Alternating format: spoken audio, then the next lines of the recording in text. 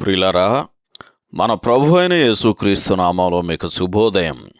ప్రతిదినం ప్రభుతో అనుదిన ఆత్మీయ ఆహారం. మార్చి 22 ప్రభు దినం. నేటి లేఖన పట్టణం 34వ కీర్తన. నేటి ధ్యాన లేఖనం 34వ కీర్తన 7, 8, 9 వచనాలు. యెహోవా యందు భయభక్తులు గల వారి చుట్టూ ఆయన దూత కావలియుండి వారిని రక్షించును. యెహోవా ఉత్తముడని రుచిచూచి తెలుసుకొనుడి. ఆయన యందు భయభక్తులు ఉంచువానికి ఏమీయూ కొదువలేదు. వ్యాఖ్యానాంశం: ప్రభువు ఉత్తముడని రుచిచూచి తెలుసుకొనుడి.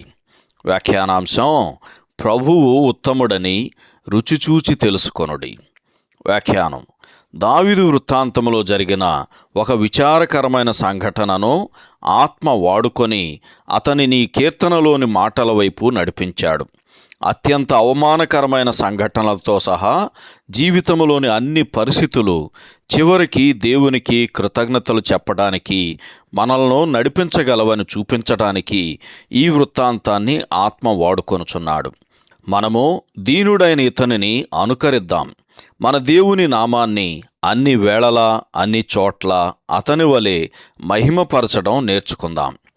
యెహోవా ప్రేమతో మనలను తన చుట్టూ చేర్చుకున్నట్లుగా 11వ వచనంలో పిల్లలారా మీరు వచ్చి నా మాట వినుడి అని చెప్పుచున్నాడు. ఈ మాటలలో ప్రతి ఒక్కరికి ఒక్కో రకమైన ప్రోత్సాహం ఉంది. ఆపదలో ఉన్నవారికి భద్రతనిస్తున్నాడని 7, 15, 17 వచనాల్లో తెలుపుచున్నాడు. అలాగే యెషయా గ్రంథం 63వ అధ్యాయం 9వ వచనం కూడా ఈ సందర్భంలో చదవండి. మరికొందరు భౌతిక అవసరాల గురించి ఆందోళన చెందుతున్నారా? అటువంటి వారికి తన సంరక్షణను గూర్చి 9, 10 వచనాలలో సమాధానమిస్తున్నాడు.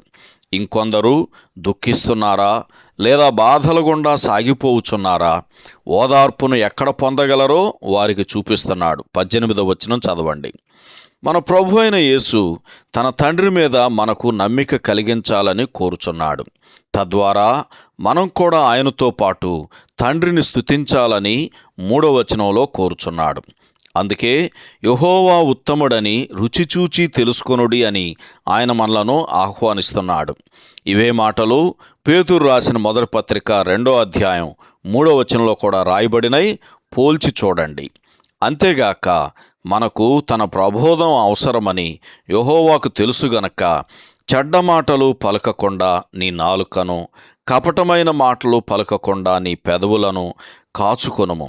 కీడు చేయుట మాని మేలు చేయుము, సమాధానము వెదకి దాని వెంటాడుము అని 13, 14 వచనాల్లో చెప్పుచున్నాడు. ఇవే మాటలు పేతురు రాసిన మొదటి పత్రిక 3వ అధ్యాయము 10 నుంచి 12 వచనాల్లో కూడా ప్రస్తావించబడినాయి. అయితే పేతురు 34వ కీర్తనలోని ఈ మాటలను అక్కడ ప్రస్తావిస్తూ 16వ వచనం దాకా కొనసాగించలేదు. ఎందుకంటే ఇది కృపాకాలము. కీర్తన చివరిలో ప్రకటించబడిన ఆ తీర్పుకు ఇంకా సమయం ఉంది. సహోదరుడు జాన్ కోక్లన్ శుభములతో వందనాలు.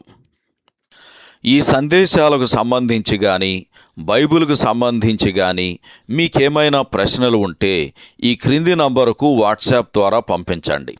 మీ ఆత్మీయ క్షేమాభివృద్ధి కోసం అనుభవజ్ఞుల ద్వారా జవాబులు అందించబడతాయి.